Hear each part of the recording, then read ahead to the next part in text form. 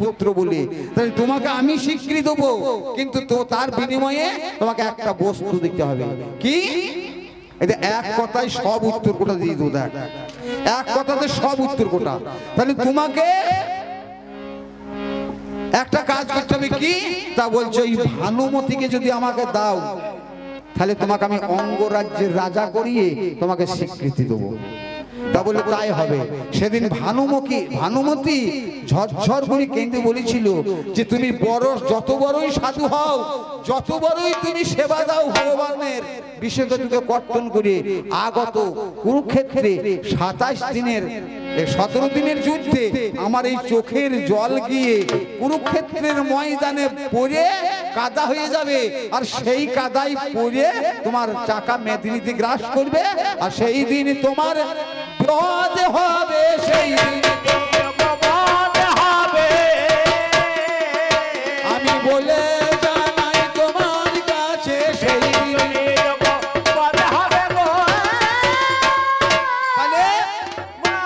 মহাভারত, রামায়ণ, চৈতন্য চরিতামৃত, ব্রহ্মবৈবর্ত পুরাণ, নারীর চোখের জলে থেকে রেহাই কেউ পায় নাই। তিলক বিজয়ী স্বর্গমত্ত পাতাল রাবণ, সে যখনই সীতাকে হরণ করে নিয়ে এলো, তখনই সীতার পতন হলো। যখনই দুর্যোধন যখনই দ্রৌপদীকে বিবস্ত্র করলো, তখনই দুঃশাসন, তখনই ভীম প্রতিজ্ঞা করলো যে তোমার ওই রক্ত, দ্রৌপদী প্রতিজ্ঞা করলো তোমরা যদি আমার স্বামী হও, তাহলে দুঃশাসনের বা দুর্যোধনের রক্ত এনে দেবা, আমি অলত্য করে মানে আলতা করে পায়ে পড়বো। নারীর অভিশাপ থেকে কেউ রেহাই পায় নাই। তবে শোনো শোনো, দুর্যোধন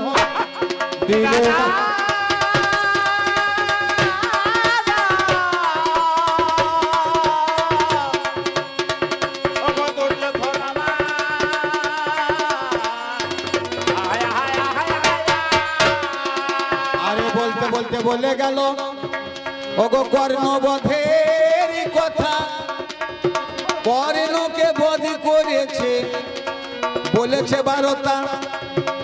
ওগো কর্ণ কেমন সাধু ছিল গো, আমি একটু বলে যাই, সেটা একমাত্র জানে আমার গোবিন্দ গোসাই। ওগো যেদিন কর্ণ দ্রুপদ রাজা আর দ্রোণাচার্য, ওগো এক বন্ধু ছিল। দ্রোণাচার্য পড়াতে কিন্তু খুবই ভালো ছিল। এবার দ্রোণাচার্য একদিন কি কর্ম করিল, দ্রুপদ রাজাতে সকলে বলে দিল। সেই দিনে দ্রুপদ রাজা প্রতিজ্ঞা করিল, দ্রুপদ রাজা প্রতিজ্ঞা করলো কি, যে তুমি যদি, আমি যদি কোনোদিন রাজা হয়, তাহলে তোমার অভাব রাখবো না। তাই দ্রোণাচার্য যখন ভিক্ষা করে খেতে লাগলো, তখন অন্ন অভাব একবার গিয়েছিল। তা দ্রুপদ রাজা না দেখেই 4টি অন্ন দিয়েছিল সেই দ্রোণাচার্যকে। দ্রোণাচার্যকে না দেখে দ্রুপদ রাজা রাজ সিংহাসনের দাসীকে দিয়ে দিয়েছিল। তা সেইটা হয়ে গেল রাগ দ্রোণাচার্যের ক্রোধ বেড়ে গেল যে আমার বন্ধু, স্কুলে কত কি তোমাকে আমি বলে দিতাম, কিন্তু তার বিনিময়ে তুমি আমাকে যেটা খেতে দিলে, একবার কাছে ডাকলে না, তা তোমাকে উপযুক্ত শিক্ষা দেবো। এগিয়ে কি করলো বলে আমি গরিব শিষ্য একটাও করবো না, এই দুর্যোধনদের ঘরে গুরুগিরি করতে লাগলো। দুর্যোধন যখন বললো যে বলো গুরুদেব তুমি কি গুরু দক্ষিণা চাও, তা দ্রোণাচার্য বলেছিল যে দ্রুপদ রাজার অর্ধেক রাজিত্র আর দ্রুপদ রাজাকে নিয়ে এসে আমার পায়ের গোড়ায় ফেলতে হবে। সাধু মানুষ কেউ বলবে এই রকম ধরনের কথা? কোন সাধু ব্যক্তি বলবে না, সাধু ব্যক্তি বলবে না। তা সেই দিন দ্রুপদ রাজাকে নিয়ে এসে ফেলেছিল। সেই দিন দ্রুপদ রাজা যজ্ঞ করলো, পুত্রিষ্টি যজ্ঞ। সেদিন দ্রুপদ রাজার যজ্ঞে একটা ছেলের জন্ম হয়েছিল, যার নাম ধৃষ্টদ্যুম্ন। আর একটা মেয়ে যার নাম যাজ্ঞসেনী, আজ দ্রৌপদী। দ্রৌপদী, তাই সেখানে অর্জুন মারে নাই, দ্রোণাচার্যকে মেরেছিল ধৃষ্টদ্যুম্ন। যখন দ্রোণাচার্য দাঁড়াইল, দ্রোণাচার্য দাঁড়াইল সমরমা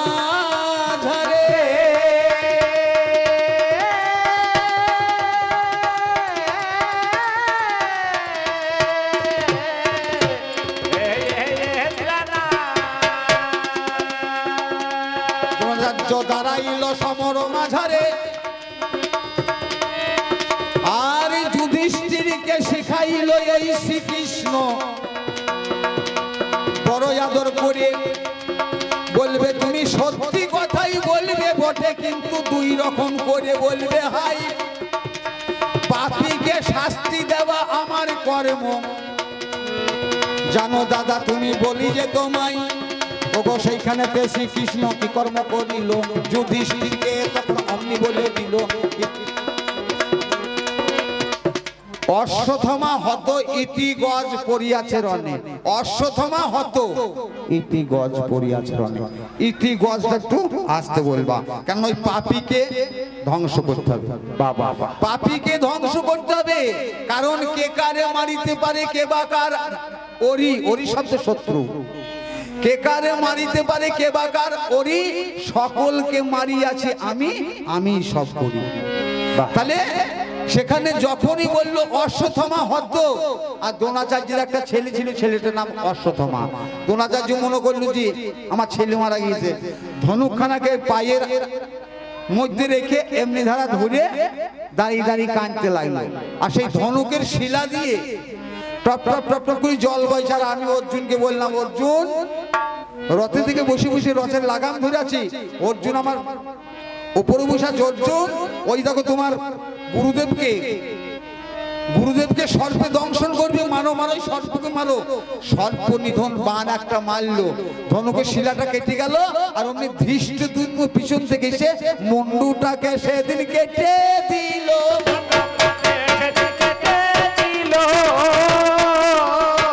ওগো পাপের সাজা পেয়ে গেল মুন্ডুটাকে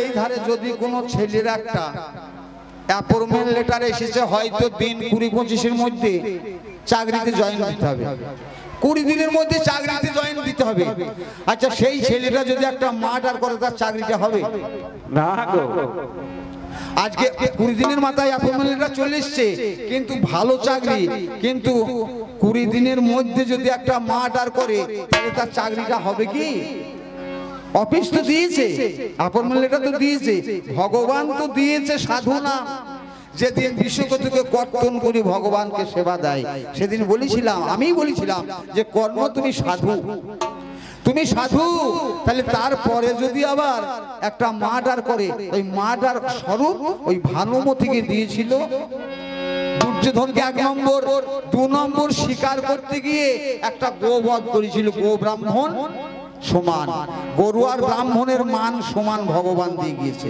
ভগবান শ্রীকৃষ্ণ গরু আর ব্রাহ্মণকে মান সমান দিয়েছে যার জন্য বলা হয় গো ব্রহ্মাণ্য দেবায় গো ব্রহ্মাণ্য দেবায় দুটোই দেবতা গো ব্রহ্মাণ্য দেবায় গো ব্রহ্মাণ্য হিতায় তারা দুইজনই হিত করে মানুষের গরু হিত করে ব্রাহ্মণও হিত করে গো ব্রহ্মাণ্য দেবায় গো ব্রহ্মাণ্য হিতায় জগদ্ধিতায় শ্রীকৃষ্ণায় গোবিন্দায় নমঃ যার জন্য সেদিন গরুবধ করেছিল 1 নম্বর 2 নম্বর গেল 3 নম্বর হলে পরশুরামের শিষ্য হয়েছে কর্ণ পরশুরামকে বলেছিল আমি ব্রাহ্মণ নন্দন পরশুরাম যেদিন জানতে পারলো সেদিন কর্ণকে বলল আজকে গুরুর কাছে মিথ্যা আর বাবার ঘরে চুরি হয় নিত্য নয়তো হবে কুড়ি যা তোরা আগত কুরুক্ষেত্রে রথচক্র মেদিনীতে গ্রাস হবে এবং সেই দিন তোমার বধ হবে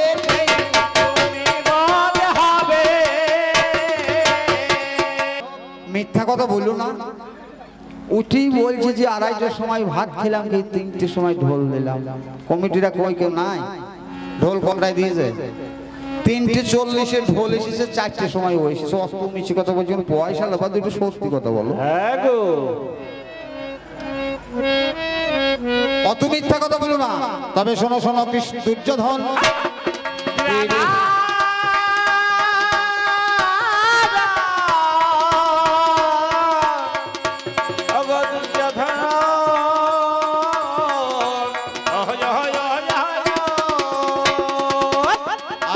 শোনো দুর্যোধন আমি তোমায় বলে যাই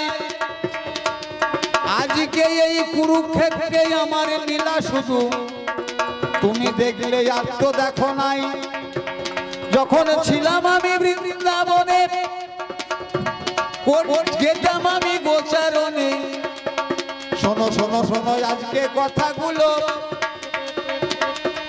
গোচারণে গিয়ে কত লীলা করতাম, কত জনকে বধ করেছি তার নাই সীমা সংখ্যা। তুমি আমার কথা শোনো, আমি কাউকে অপরাধ করে মারি নাই, কাউকে বিনা দোষে মারি নাই। আমি তোমার কাছে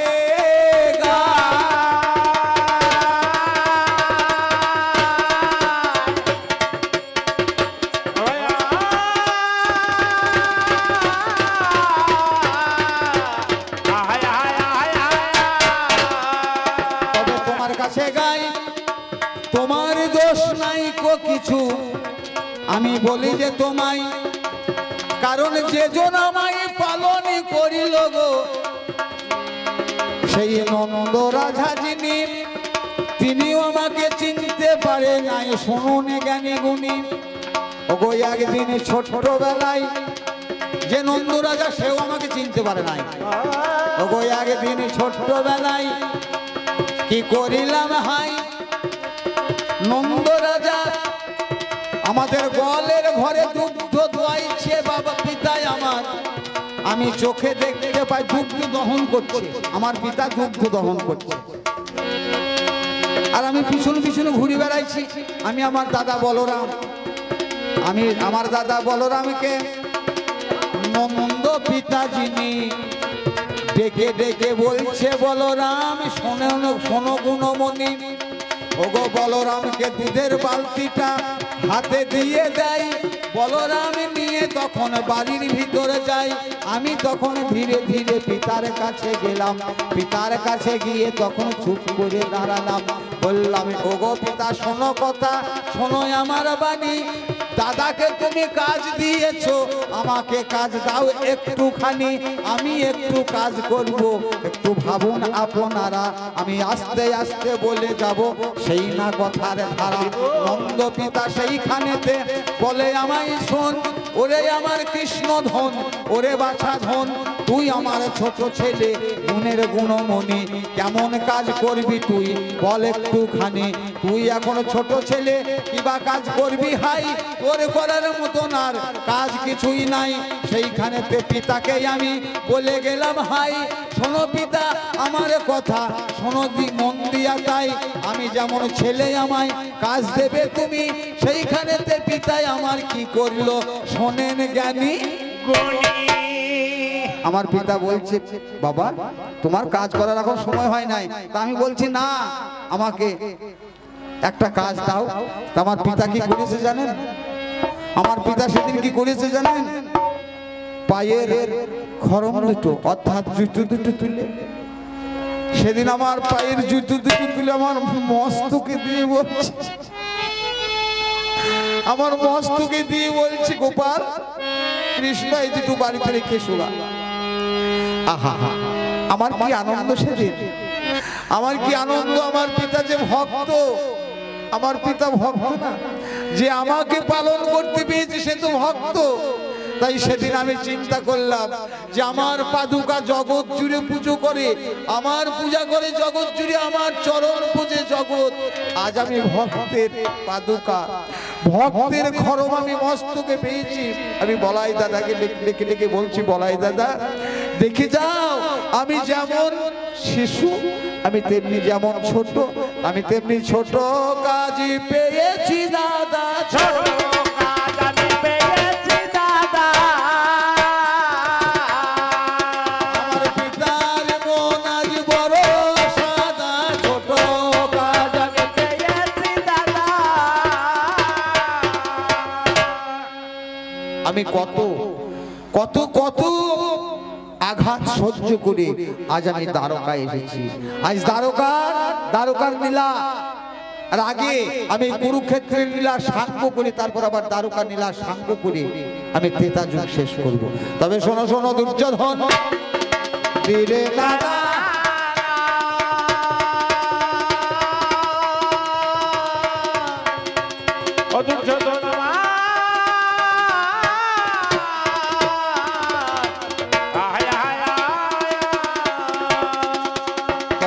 শোনো দুর্যোধন তোমার কাছে গাই, তুমি যা বলেছো বেশ বলেছো, মিথ্যা বলো নাই। কি বলছে?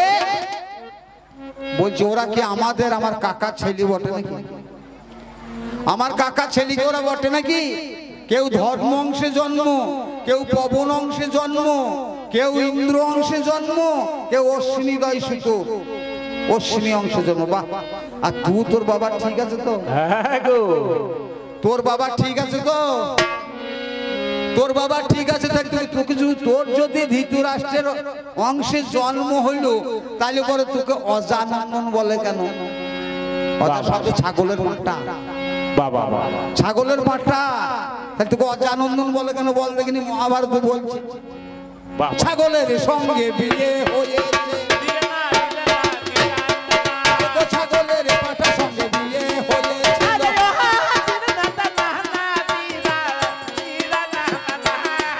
আমার পিসিমা গান্ধারী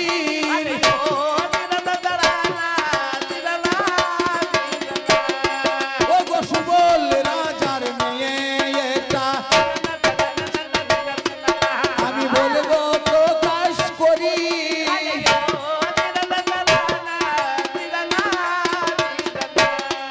ও গো আগে দিন সুবল রাজা, ও গো আগে দিন সুবল রাজা কি কর্ম করিল? গান্ধারীকে ছোট্ট রেখে বাণিজ্য করতে গেল।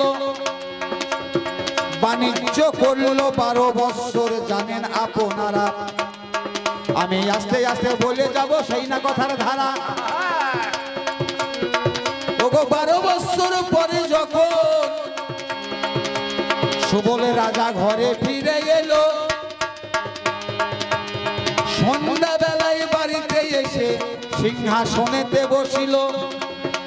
ওগো এ ধারেতে মা গান্ধারী গুণের গুণমণি, 12 আর 6 18 বছর বয়স হয়েছে, শোনেন জ্ঞানী গুণী। ওগো 18 বছর যখন যাই তখন 6 বছর বয়সে, ওগো 18 বছর বয়সে যে শোনেন জ্ঞানী গুণী। ওগো একখানা মায়ের কাপড়, মায়ের মা গান্ধারীর একখানা কাপড় পরে, ওগো মা গান্ধারীর কাপড় পরে ঘরের ভিতর গেল। সন্ধ্যা প্রদীপ দিয়ে তখন বাহিরে বসিল। ওগো বাহিরেতে বসলো যখন, কি বা কি হইল ভাই? আমি আস্তে আস্তে বলে যাব, শোনো হে বিআই মশাই। ওগো বাইরে যখন বসে গেল, একটু শোনেন জ্ঞানী গুণী। সুবল রাজা কাপড় ধরে টেনেছিল মহাভারতে। সুবল রাজা কাপড় ধরে টেনেছিল, সুবল রাজা গান্ধারীর মাকে মনে করে। তা সেই দিন সুবল রাজা কাপড় ধরে টানা দেখে সুবল রাজা স্ত্রী এসে বলল, তোমার মরণ নাই, তুমি কি রাজা মানুষ, তুমি মেয়ের কাপড় ধরে টানছো? সুবল রাজা বলছে, কি কাজ করলাম আমি, কি কাজ করলাম? তা সেই দিন বলেছিল যে কাল সকালবেলায় আমি যার বদন দর্শন করব তার সঙ্গে বিয়ে দেবো। গান্ধারী ছিল, আমার পিসিমা ছিল শিব উপাসনা, শিব পূজা করতো। তা শিবের কাছে যেই কাঁদতে লাগলো, তা শিবের কাছে কাঁদতে কাঁদতে ঘুমিয়ে গেল।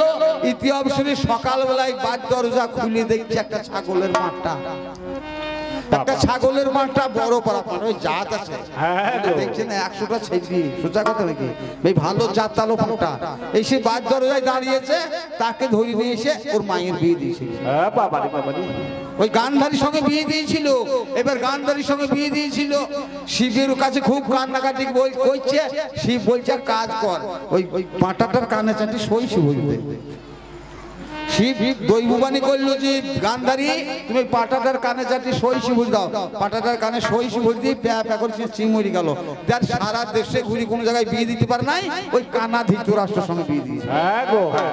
ওই কানা ধৃতরাষ্ট্রের সঙ্গে বিয়ে দিয়েছে। পুকুর নষ্ট করে পানা, আর এই গ্রাম নষ্ট করে কান্না। পুকুর নষ্ট করে পানা, মাছ হবে না, আর গ্রাম নষ্ট করে কান্না, সে গ্রামে ভালো কাজ হবে না। শোনো শোনো ধন গো, তোমায় বলে যাই গো,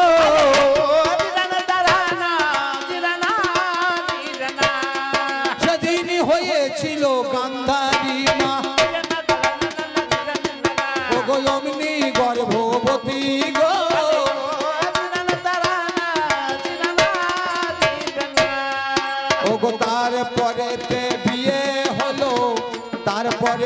গর্ভবতী হলো মা কুন্তি জানি, আস্তে আস্তে বলে যাব আমি শোনেন জ্ঞানী গুণী। আগধিত রাষ্ট্রের বিয়ে হলো যখন গান্ধারীর সহিতে, গর্ভবতী হলো গান্ধারী জানাই বিধি মতে আর জানাই শাস্ত্র মতে। ওগো তারপরেতে মা আরে মা কুন্তি গর্ভবতী হলো, গান্ধারীর আগে কুন্তি সন্তান প্রসবী করলো। গান্ধারীর আগে মা কুন্তি সন্তান প্রসব করলো যুধিষ্ঠিরকে। আর মা গান্ধারীর 12 মাস 14 মাস হয়ে গেল, 18 মাস হয়ে গেল, 18 মাস হয়ে গেল, সন্তান হচ্ছে না। মা গান্ধারী কি করলো, একটা লোহার মুদ্গর, যাকে ধমুস বলা হয়, গোঁজ বসানোর জন্য যে গরুর গোঁজ বাজার, লোহার মুদ্গর এনে এই গর্ভে তখনই আঘাত করিল।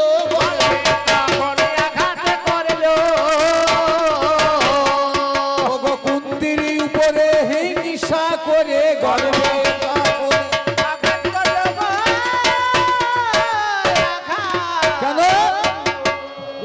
হিংসা করলো কেন, যে যার সন্তান, আগের একটা প্রথা ছিল যে বাড়ির মধ্যে যে সন্তান বড় সেই সন্তান রাজা হবে। আগে একটা প্রথা ছিল বাদ বাকি সন্তানরা পূজার মতোই থাকবে। এখন বর্তমানে বাবার যদি 5টা ছেলে হয় 50 বিঘে সম্পত্তি নিয়ে 10 বিঘে করে ভাগ পাবে, কিন্তু তখন তা ছিল না। তখন কি ছিল, রাজ্য বাড়ির বড় ছেলেদের পেত, সকলে পূজার মতো থাকতো। এইবার ও কি করলো, যুধিষ্ঠির হলো দেখে লোহার মুদ করে করে গর্ভে আঘাত করলো, গর্ভে আঘাত করলো আর একটা অলাভু বস্তু প্রসব করলো। অলাভু বস্তু মানে মাংসপিণ্ড, একটা অলাভু বস্তু মাংসপিণ্ড প্রসব করলো। মাংসপিণ্ড প্রসব করে সেই দাসীকে মানে ধাত্রী মাতা, ধাই মাজাকে বা দাই মাজাকে বলা হয়, তাকে বললে এটাকে জঙ্গলের মধ্যে ফেলে দিয়েছিল। জঙ্গলের মধ্যে ফেলতে যেছে গান্ধারীর কথাই ইতি অবসরে ব্যাসদেব ঢুকছে, ব্যাসদেব বললো কোথায়, তা বলছে মা গান্ধারী প্রসব করেছে, অলাভ বস্তুটাকে আমি ফেলতে চললাম। তা বলছে না নিয়ে চলো, না নিয়ে চলো। এবার এসে মা গান্ধারীকে বললো, মা এ কাজ তুমি করলে কেন? তা বলছে কি হবে ওই দিয়ে? তা বলছে তুমি কি চাও? তা বলছে আমি শতপুত্রের জননী হইতে চাই, আমি শতপুত্রের জননী হইতে চাই। শতপুত্রের জননী হলে তুমি 100টাকে খণ্ড করো, 100 খণ্ড করো এই মাংসপিণ্ডটাকে। এবার 100 বার কুপিয়েছে। আচ্ছা, একটা বস্তুকে যদি 100 বার কোপানো হয় তাহলে কুচি হবে, কটুকরো হবে? 100 বার কোপালে পরে 101টা হবে, 101টা হবে। তা বললো মা তুমি যে একটা বেশি করে ফেলাইলা। তা বলছি বাবা ওইটা একটা কন্যা জন্ম দাও। তাহলে সেই কন্যাটা হলো দুঃসলাই দুর্যোধনের। তোকে 2 অক্ষরের বলি নাই, দু দিয়ে দয়হস্য, দু দিয়ে নাম কেন? বাবা বাবা, দুধ যেমন তোর সোনার ছিরি তেমনি তোর উত্তরের ছিরি। আরে ধরে বৈষ্ণবের দাড়ি ছেড়ার বেলায় ভালো আছে। আসলে জাতটা কি জানেন? জাতটা হচ্ছে স্বামীদের কাছে, যার কাছে বীজ নাই। আমার কথা খুব মন দিয়ে শুনবেন। যদি বলেন যে এই কথাটা কোন শাস্ত্রের কথা, আমি কিন্তু বলে দেবো। আপনারা, আপনাদের কাছে আমার আবেদন, এই গল্প উপকথা যেগুলো হাস্য কৌতুক গল্প দিচ্ছি, এই গল্পগুলোর বাইরে যখন আমি কথা বলবো কোন শাস্ত্রে আছে আমাকে জিজ্ঞাসা করবেন। আপনাদের চরণ আমি উপহার দেবো ওই ক্ষুদ্র জ্ঞান ভান্ডার থেকে, যতদূর পারবো দেবো। আর না পারলে বলবো জানি না, কিন্তু সব শাস্ত্র ছাড়া আমি কথা বলবো না, এক কথা। তা উপকথাগুলো গল্প বলতে হয়। একটা মেয়ে এখন, এক ভদ্রলোক এখন বাইরে ব্যবসা করে, তা তার স্ত্রী বলছে যে আমার জন্য একটা নতুন জিনিস নিয়ে এসো। নতুন জিনিস কি নিয়ে আসবে? ভালো জিনিস নিয়ে আসবা। এইবার পৌষ মাসে গিয়েছে, মাঘ মাস, ফাল্গুন মাস, মাঘ মাস চলে যাবে, ফাল্গুন মাসে খুব মশা হয়। তা বলছে আমি একটা মশারি নিয়ে যাবো। এবার মশারি নিয়ে যে বাড়িতে মশারি নাই, মশারি কোনো কালে দেখেও নাই। তা মশারিটা নিয়ে এসেছে। তা বলছে হাগো তোমার জন্য যে আমি যে তোমাকে বললাম নতুন জিনিস আনতে, তা নতুন জিনিস আনলে না। তা বলছে এনেছি। তা বলছি দাও। তবে সে শোবার সময় দেবো, শোবার সময় দেখাবো। এইবার রাত্রিবেলায় খাওয়া দাওয়া করেছে, করে পুরুষটা ঘরে উপরে চলে গিয়েছে শুতে। এ আমরা সব সামলিয়ে হাঁড়ি কুড়ি সব সামলিয়ে উপরে গিয়ে যাওয়া যেতে কিন্তু ও চারটে পেরেক পুঁতে মশাইটা টাঙিয়ে শুয়ে পড়েছে। তা বলছে হাগো এই যে ঘরের মধ্যে ঘর, তা বলছে এইটাই তো নতুন জিনিস, ঘরের মধ্যে ঘর, এইখানে তো শুয়ে আছে তোর বর। তা বলছি কেমন করে ঢুকবো? তা বলছি কাপড় তুলে ঢুকতে হয়। তখন তো সুতির মশারি ছিল, কাপড় তুলে ঢুকতে হয়। তা বলছি কম ঢুকতে কাপড় তোল। তা কাপড় তুলছে, কাপড় তুলছে, কই গো পেছনে। তা বলছি আরো তোল, আরো তোল করতে করতে সে কাপড় পাছার কাপড় মাথায় তুলেছে। তা দুর্যোধন তোমার কোথাকার কাপড় কোথা উঠেছে দেখেছো? বাবা তোমার কোথাকার কাপড় কোথা উঠেছে তুমি দেখেছো? জাতিতে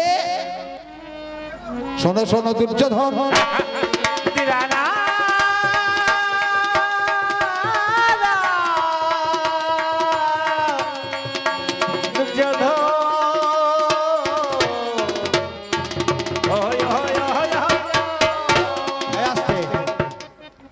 আর একটা কথা বলি যে তোমার পায়ে 19টি চিহ্ন আছে, সেই চিহ্ন গোটা কি কি? অমন ধারা জিজ্ঞাসা করতে নাই, জিজ্ঞাসা করতে হয় যে হে ভগবান তোমার পায়ে যে 49টি চিহ্ন আছে এবং সেই চিহ্ন গোটা কোন পায়ে কত এবং কি কি? 49 মানে 19টা। দক্ষিণ পায়ে আছে, দক্ষিণ পা মানে ডান পায়ে আছে 11টা, আর বাম পায়ে আছে 8টা। দক্ষিণ পায়ে আছে 11টা আর বাম পায়ে আছে 8টা। কি কি? গোষ্পদ, বিল্লপত্র, শঙ্খ, পুটমৎস্য, কলস। সব বলতে হবে নাকি বাবা? সব বলতে হবে। এক একজন সাধন ক্ষেত্রে সাধনায় সিদ্ধি লাভ করে আমাকে সন্তুষ্ট করেছে। আর তারা কেবল বলে রেখেছে হে গোবিন্দ তোমার চরণে স্থান দিও। হরি বল হরি বল। হে গোবিন্দ তোমার চরণ ছাড়া করো না, আমাকে যেন তোমার চরণে স্থান দিও। তাই তাদের আমি চরণ স্থান দিয়েছি, যার জন্য পুটমৎস্য মাছ দিয়ে বৃন্দাবনের রাধামোহনের সেবা হয়, মাছের ভোগ হয়। সকলকে আমি পদে রেখেছি, পুটমৎস্য, গোষ্পদ, শঙ্খ, কলস, ঘট, বিল্লপত্র ইত্যাদি ইত্যাদি। তবে শোনো শোনো দুর্যোধন, বলি ও খেলোয়াড় হও হুঁশিয়ার, খেলছো শখের বল বলে ও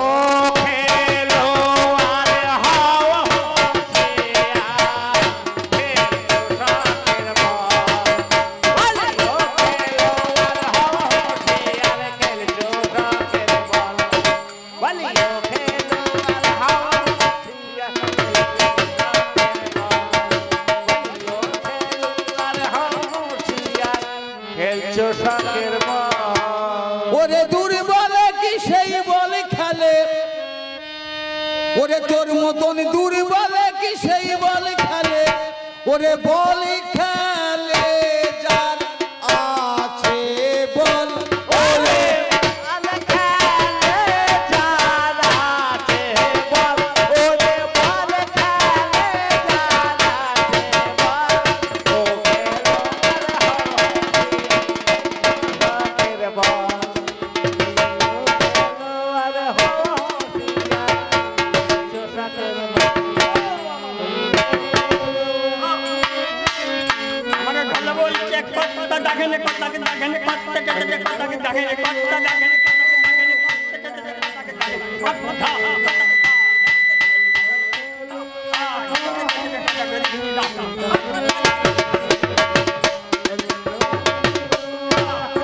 हेलो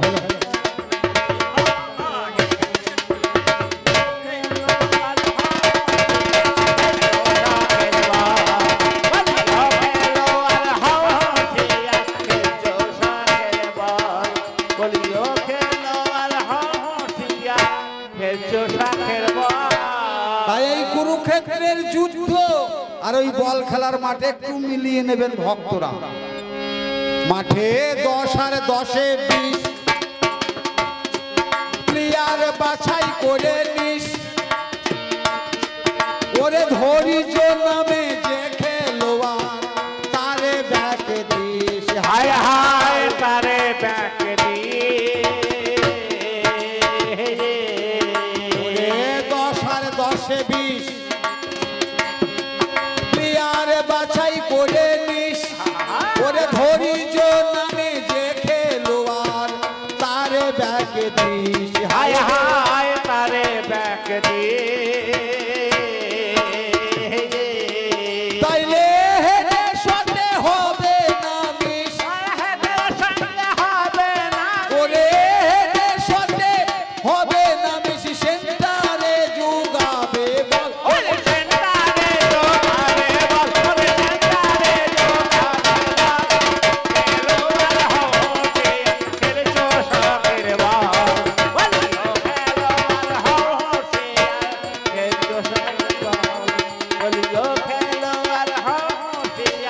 তাহলে সেই মাঠে নামতে গেলে, সেই মাঠে খেলা করতে গেলে পরে কায়দা জানতে হবে।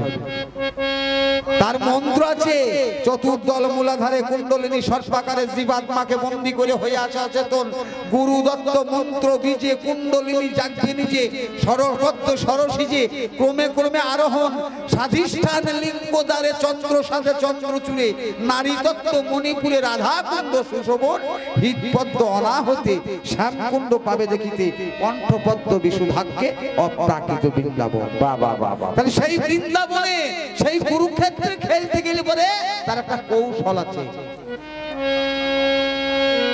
সেই কুরুক্ষেত্রে খেলতে গেলে তার একটা কৌশল আছে। মাঠের রেফারির নাম কাম, ও তার বাঁশি শুনে থাম। আস্তে দেখবেন মারা খুব জাল দিচ্ছে, জাল দুধ গরম করতে করতে দুধ গরম করতে করতে দুধ গরম করতে করতে খুব জাল দিচ্ছে, জাল দিতে দিতে যখন দুধ পড়বো হবে তখন কিন্তু জাল দাঁড়াটা বার করে নিতে হবে। হরিবল হরিবল, আলুর কিন্তু পড়ে যাবে বাবা, হরিবল আলুর পড়ে যাবে, জাল দাঁড়া বার করে নিতে হবে। তাহলে মাঠের রেফারির নাম কাম, ও তার বাঁশি শুনে থাম। ঝাপা ঢেউ খেলিয়ে খেললে খেলা পাবি রে আরাম। হায় হায় পাবি রে আরাম। 4, 6, 10, 12, 16, 2 তার উপরে যদি সাধন করতে পারো ভব পারে ভয় রবে না। মন আমার ভাবছো বসে, ভাবনা কিসের তুমি ভাবো তার ভাবনা। মাঠের রেফারির নাম কাম, ও তার বাঁশি শুনে থাম। ওরে ঢেউ খেলিয়ে খেললে খেলা পাবি রে আরাম। হায় হায় পাবি রে আরাম।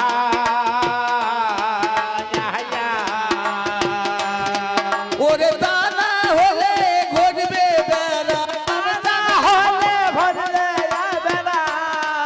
ওরে তা না হলে তোর ঘটবে বেড়াম। দেহটা হবে দুর্বল, ওরে দেহটা হবে দুর্বল, ওরে দেহটা হবে দুর্বল। ও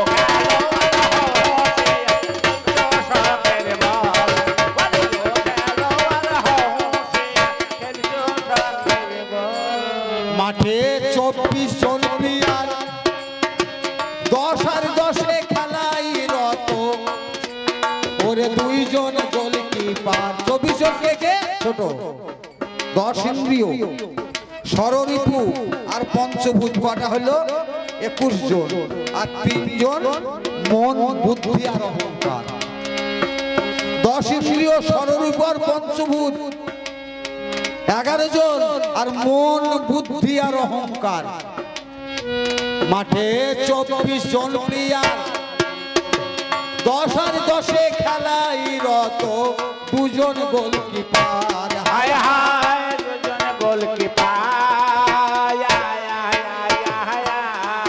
ওরে 2 দিকে 2টি লাইনম্যান, 2 দিকে, ওরে 2 দিকে 2টি লাইনম্যান যুগায়ে দেয় তাদের বল। ওরে জোগায়ে দেয় তাদের বল, ওরে জোগায়ে দেয় তাদের বল।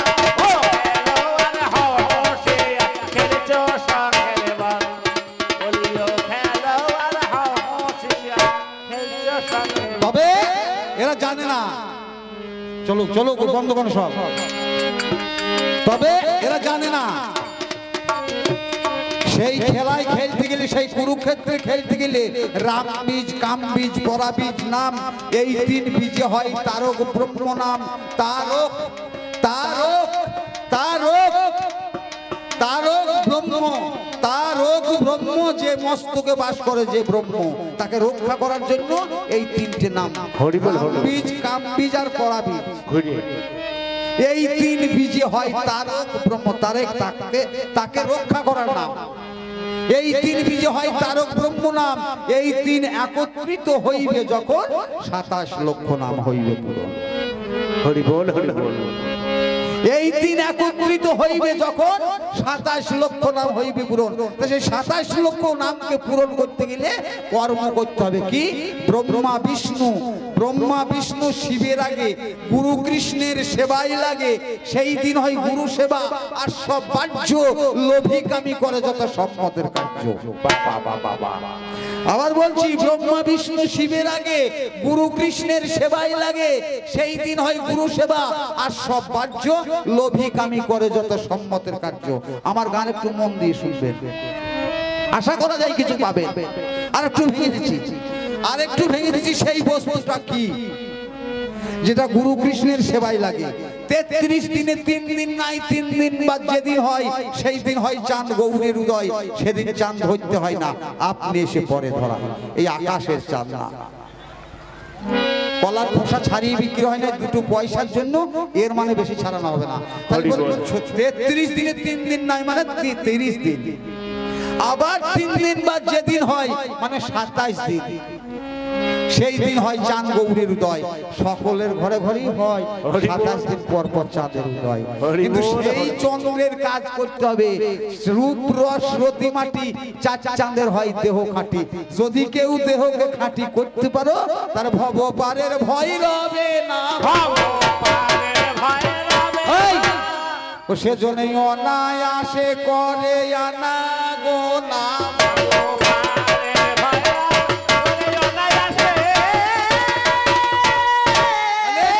মাঠের ফারির নাম কাম, ও তার বাঁশি শুনে থাম।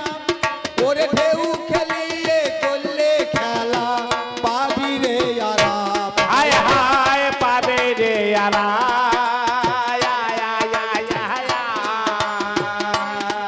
ওরে টানা হলে ঘটবে ব্যারাম, টানা হলে ঘটবে ব্যারাম।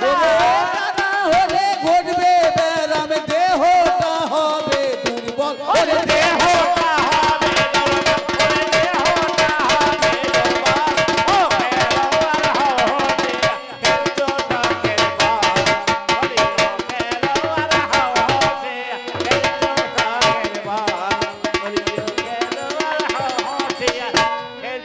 তাই ওস্তাদ জেকে রালি কই, ওস্তাদ জেকে রালি কই, আমার সর্বদা যে ভয়। আর করে না কি কে বারে থেকে, কখন কি যে হয়। হায় হায় কখন কি যে হয়। ওস্তাদ জেকে রালি কই, আমার সর্বদা যে ভয়। ওরে করে না কি কে বারে থেকে, কখন কি যে হয়। হায় হায় কখন কি যে হয়। ওরে আছে সময় ডাগর সময় আছে, ওরে আছে সময় ডাগর সময়। সময় থাকতে হরি বল, ওরে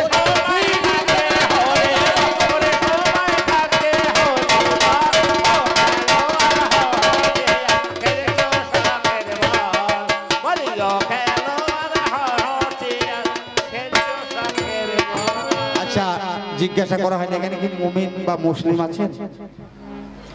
মুসলিম আছেন? মুসলিম গান শুনছে? কোথায় আছে গো? একটা হাত তোলেন দেখি।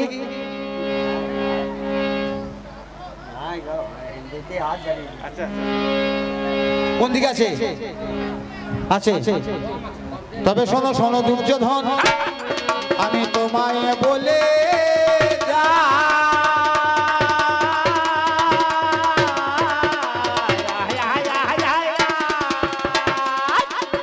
শোনো শোনো দুর্যোধন, আজ তোমায় বলে যাই। তুমি যা বলেছো বেশ বলেছো, মিথ্যা বলো নাই। কারণ মরণে কালে ওষুধেও কাজ হয় না, জানেন আপনারা। সেই স্বরূপ বলে গেল আজ, সেই স্বরূপ পাওয়া গেল দুর্যোধনের কথার ধারা। আপনাদের কাছে আমি বলে জানাই হাই, দুর্যোধনের মতো পাপী আর কেউ দুনিয়াতে কেউ নাই। তাই মুমিনি গোনাও মুমিনি গণে ধর্ম করে, একটু জানেন আপনারা, যে যেমন মানুষ সে সেই রকম ধর্ম করে, আমি দিয়ে যাই সারা মুমিনগণের মধ্যেও চারটি ভাগ আছে, হকিকত, তরিয়ত, শরীয়ত আর মারিফত। তাহলে যারা মারিফত আর আমাদের বৈষ্ণব সমান। হকিকত কারা? যারা স্থূলের দেশে, তরিয়ত কারা? যারা প্রবর্তর দেশে, শরীয়ত কারা? যারা নামাজ পড়ে, কেউ পড়ে 5 ওয়াক্ত নামাজ, কেউ পড়ে একবার নামাজ, তাহাজ্জুদের নামাজ রাত 12টার পরে। কে পড়েছিল? মা ফাতেমা। মা ফাতেমা পড়েছিল তাহাজ্জুদের নামাজ। নামাজ কয় প্রকার? নামাজ হচ্ছে 48 প্রকার। মুমিন যদি থাকেন গুনে নেন। ওরে সকাল বেলায় ফজরের নামাজ, ওরে সকাল বেলায় ফজরের নামাজ, খোদা তাআলার ডাক,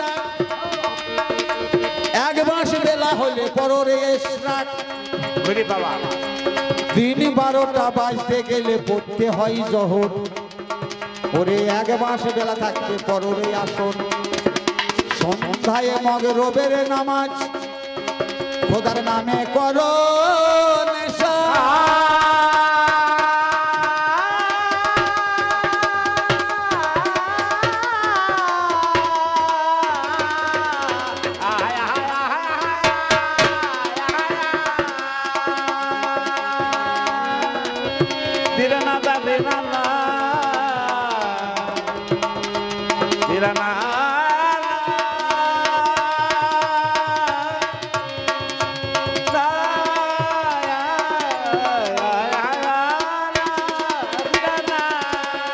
সন্ধ্যায় মাগরিবের নামাজ, খোদার নামে করো নেশা, রাত্রি 10টা বাজতে গেলে পড়তে হয় ঈশা, ওরে রাত 12টার পরে হয় সালাত তাকবীর, 12টার আগে চাস্তের নামাজ, মনকে করো স্থির, ওরে রাত 12টার পরে তাহাজ্জুদ নামাজ পড়তে হয়, তাহাজ্জুদের মতো নাকি কোনোটাতেই নাই, ওরে আলাহাদ নামাজ যত পড়ে মুসলমান, নামাজের মূল সাক্ষী কিতাব আর কোরআন, জুম্মার নামাজ পড়তে হয় প্রতি শুক্রবারে, জুম্মার নামাজ কবুল হয় খোদার দরবারে, রমজানের তারাবি হয় না যেন কাজা, সব দেহ আগে রেখে পররে জানাজা, চন্দ্রগ্রহণ লাগতে গেলে করতে হয় খসব, সূর্যগ্রহণের সময় পররে ফসব, মূল 5টি ধরে চলে যত মুসলমান, হজ যাকাত নামাজ রোজা সঙ্গেতে ঈমান, তাই মুমিন বনে সবে নামাজ পড়ো, নামাজ পড়ো, ওগো ধরো আমার কথা ধরো, মুমিন গনে নামাজ পড়ো, নামাজ পড়ো।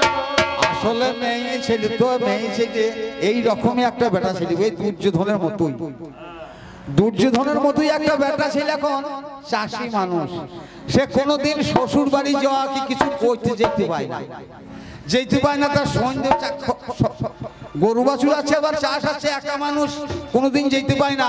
তা সে বলছে বাবা শ্বশুর বাড়ি গেলে হতো, তা হয়তো আপনাদের এই 4 কলগ্রাম থেকে কিরিন্নাহার, চাষি মানুষের সন্ধ্যে ছাড়া সময় পায় না, তা সন্ধ্যেবেলায় যাবে মোটর সাইকেলে, তা মোটর সাইকেলটা নিয়ে যাবে, তা বউ বলছে হ্যাঁ কথা তুমি তো চলিয়ে আসবে, তা আমাকে নিয়ে চলো না। তা মেয়ে ছেলে দেখবেন যেখানে যাবে গয়না পাতি সব পরার লিগে আঁকাবাকি করবে, বেশ যাবার চলে আসবে, তো গয়না না পড়লিবার কি হবে, তাই বেশ তুমি তাহলে গয়না পাতি পড়ুন। 4 কলগ্রাম থেকে বেরিয়ে গিয়ে মাঠে ছিনতাই হয়, মাঠে ছিনতাই হয়, তা বলছি বেশ যাবো না, বেশ পড়বো না, ওর অলক্ষ্যে কিন্তু গয়নাপাতি সব পড়েছে। যখন গাড়িতে চাপছে তখন তো দেখতে পেয়েছি যে গয়নাপাতি সব পড়েছে, আগো তোমাকে বললাম যে পড়ুন না, তো সে চিন্তা তুমি করুন না, চলো তো। ঠিক মোটর সাইকেলে পিক আপ দিয়েছে, আলোটা অনেক দূরে পড়েছে, দেখছে 5-7 জন দাঁড়িয়ে আছে, ওই আপনাদের মাছ ধরছিল দিলাম ওই রকম সাঁকো, ওই সাঁকোতে দাঁড়িয়ে আছে। যেই গাড়িটা নিয়ে বলছে ওইদিকে যে লোক সব ওইখানে দাঁড়িয়ে আছে, ও যেই বলে যে লোক সব দাঁড়িয়ে আছে, ও তখন কানের হাতের গলার যেখানকার যা ছিল খুললে, এখন মেয়ে ছেলে যে প্যান্ট পরে, ছোট প্যান্ট পরে দেখবেন, সেই প্যান্টের ভেতরে সব ভরেছে, ভরার পরে ও গাড়ি নিয়ে গিয়ে সেইখানে দাঁড়িয়েছে। তাই যে তোর কাছে কি আছে দে, তুই 4 কলগ্রামের লোক জানি তোর মেলা গয়না আছে তোর বইয়ের। তা বউটা তখন বলছি ভাই তোমাদের ভয়ই পড়ে আসি নাই ভাই, তোমাদের জন্যই পড়ে আসি নাই ভাই। এইবার চালো এই দুর্যোধনের মতন সেই ভদ্রলোক একবার চোরদের পানে তাকাইছে, একবার বইয়ের পানে তাকাইছে। এক্ষুনি সব পুরিয়ে আগে তো কোথাও চিন্তাই হয় নাই। তাও যাই শালা শোন, যদি তোর বইয়ের গয়নাই পেলাম না তা তোর মোটর সাইকেলটা দে। এবার মোটর সাইকেলটা নিয়েছে, কিছু করার নাই, 10-12 জন আছে। তা মোটর সাইকেল নিয়ে চলে গিয়েছে বা অনেক দূর চলে গিয়েছে। তা বলছে হাগো তুমি যে সব গয়না খুললে এলা পড়ে এলা, তা সে গয়না কোথা গেল? তা বলছে তোমার মতন আমি এতই বোকা, তোমার মতন এতই বোকা, আমি গয়না সামলেই ফেলেছি। যে কোথা সামলাইলা? যেখানে সামলেছি সে জায়গা কেবল তুমিই দেখেছো, আর কেউ দেখে না। তাই শুনে আগে বললে না, তাহলে মোটর সাইকেল খানা ভরি দিতাম। এইরকম গান করে না, যেখানে যা ঢুকবে সেইখানে তাই দাও, যেখানে যা ঢুকবে সেইখানে তাই ঢুকাও, মোটর সাইকেল ঢুকাবার চেষ্টা করো। তবে শোনো শোনো দুর্যোধন,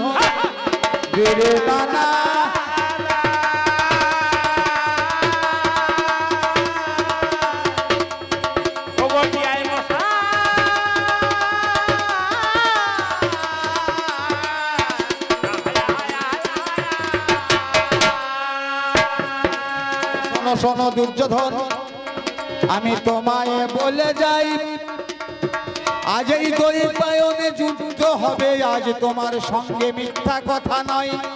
ওগো ভীম এসেছে তোমার কাছে, একটু ভেবে দেখো তুমি। তোমাকে বলছি কুরুক্ষেত্রে যেতে, আজকে চলো আমার সঙ্গে তুমি। এইখানেতে দুর্যোধন কি কর্ম করিল? ওগো কৃষ্ণের সঙ্গে তখন কুরুক্ষেত্রে এলো। ওগো এবারে কৃষ্ণ ধনারে দুর্যোধনের বলে যাই কাহিনী, একটু বসে বসে শোনেন আপনারা যত জ্ঞানী গুণী। দুর্যোধনে কে বা ছিল আমি একটু বলে যাই। দুর্যোধন আগের জন্মে কলি ছিল গোবিন্দ গোসাই। দুর্য শ্রীকৃষ্ণ জন্ম লবে নন্দ রাজার ঘরে, নন্দ রাজার ঘরে থেকে আসবে মথুরাপুরে। ওগো কুরুক্ষেত্রে করবে নীলা জানেন আপনারা, কিন্তু কুরুক্ষেত্রে বিপক্ষ প্রতিদ্বন্দ্বী পাই না, দিয়ে যাই সারা। শ্রীকৃষ্ণ সেইখানেতে ভাবে মনে মনে, কুরুক্ষেত্রে আমার বিপক্ষে দাঁড়াইবে বলো কোন জনে। সেইখানেতে কলি তখন ধীরে ধীরে এলো, কৃষ্ণের সম্মুখেতে দাঁড়াইয়ে গেল। কৃষ্ণের সম্মুখেতে ধীরে ধীরে কয়, ওই আমি যাব কুরুক্ষেত্রে তোমার বিপক্ষে বলি মহা। তাহলে সেই কলি আজ দুর্যোধন হয়ে এই কুরুক্ষেত্রে শ্রীকৃষ্ণের বিপক্ষে নীলা করছে। আজকে দুর্যোধনকে এইভাবেই নীলা সংগোপন করতে হবে। ওই এইবার যুদ্ধ বেঁধে গেল বটে কুরুক্ষেত্রের মাঝারে।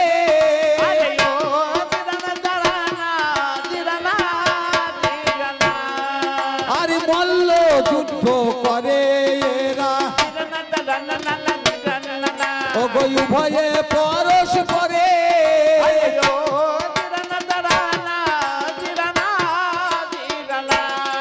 আরে মল্ল যুদ্ধের পরে যখন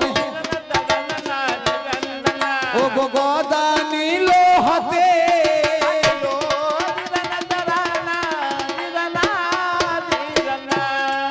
আরে গদা নিয়ে যুদ্ধ হচ্ছে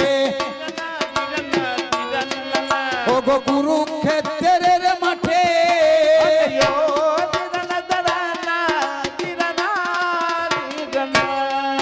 আরে যুদ্ধ করতে করতে তখন কি কর্ম হইল? শ্রীকৃষ্ণ তখন উরু চাবড়ায়ে দেখাইয়ে দিল। শ্রীকৃষ্ণ শ্রীকৃষ্ণ ভীমকে তখন উরুটা চাবড়িয়ে দেখিয়ে দিল।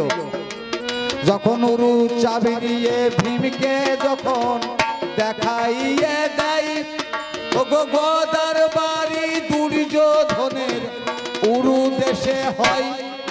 ও গো উরু দেশে গদার বাড়ি যখন অমনি দিয়ে দিল, ও গো দুর্যোধন আজ কুরুক্ষেত্রে নিধন হইল। যদি দু কথা বলো তো সে বলবে, আমি একটা গান ষাট গান করে বসি। আহা আহা আমার দয়াল গুরু গো, চির কাঙাল বেশে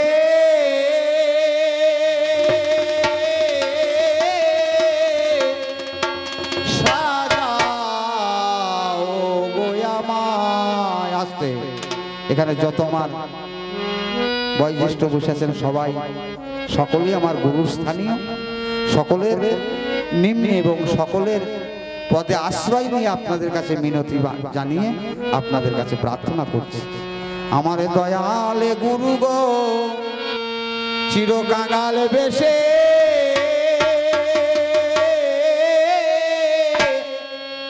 সাজাও গো আমার। দয়াল গুরু গো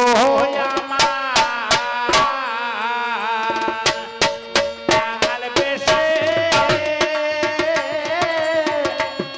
সাজাও গো আমার। দয়াল গুরু গো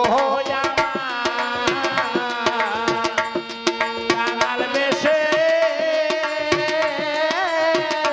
সাজাও গো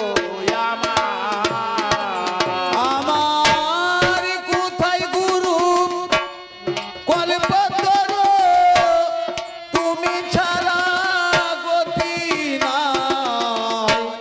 কাঙাল বেশে সাজাও গো আমার। দয়াল গুরু গো আমার। কাঙাল বেশে সাজাও গো আমার। আমি টাকা চাই না, পয়সা চাই না, চাই না অভিমান। হরি নামে মালা পরে আমার চোরাই তাপিত প্রাণ। দয়াল জোড়াই থাকিত প্রাণ। আহায়া হায়া হায়া। ও সেদিন গৃহ আদি সব ত্যায্য করে বসত করিব গাছতলায়। কাঙাল বেশে সাজাও গো আমার। দয়াল গুরু গো আমার। কাঙাল বেশে সাজাও গো আমার। তাই আবার যদি দাও গো জনম, এই জনম মানব জনম বড় দুর্লভ জনম, এই জনম পাওয়া বড় কঠিন। জনম পেয়েছি কিন্তু আপনারা সকলেই জানেন নানান ধরনের রোগ আমাদের দেহে আসে, কিন্তু ডাক্তার দেখালে ভালো হয়। কিন্তু একটা রোগ আসবে, ডাক্তারে ভালো করতে পারবে না, কিন্তু সেটা সকলের মধ্যে আসবে। একটাই রোগ, সেটা হচ্ছে মৃত্যু রোগ। মৃত্যু রোগ কিন্তু ভালো হবার নয়, যেদিন আসবে তবে কার কিভাবে আসবে সেটা বলা খুব কঠিন। কেউ হয়তো বসে থাকতে থাকতে যাবে, কেউ হয়তো 6 মাস 9 মাস 6 বছর পরে থাকবে। তাই এই মানব জনমে এর থেকে দুর্লভ জনম, কঠিন জনম এবং সুদুর্লভ জনম কিছুই নাই। দুর্লভ এবং সুদুর্লভ। তাই আবার যদি দাও গো জনম আমায় এই ভবের মাঝারে, কৃষ্ণ ভক্ত মায়ের কোলে জনম দিও মোরে। দয়াল জনম দিও মোরে।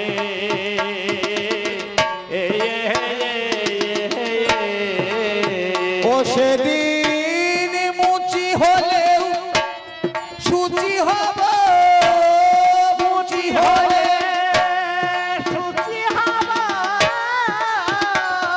আর মুচি হলেও সুচি হব ওই চরণে পাবার আশায় কাঙাল বেশে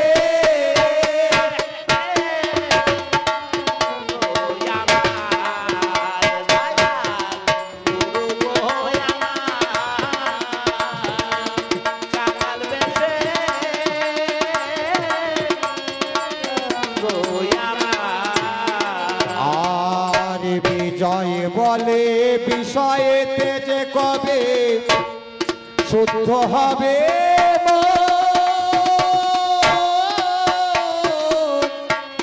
কপিনেটে তিলক কেটে যাব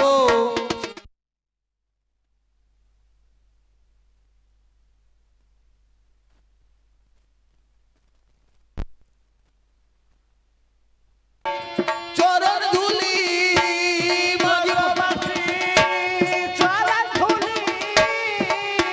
সেদিন ব্রজবাসীর চরণ ধুলি মাগব আমি সারা গায় কাঙাল বেশে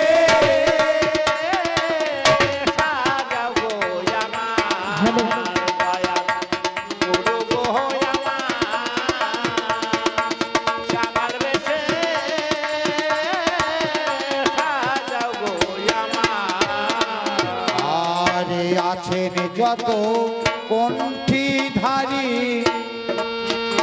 আমি জানাই জনে জনে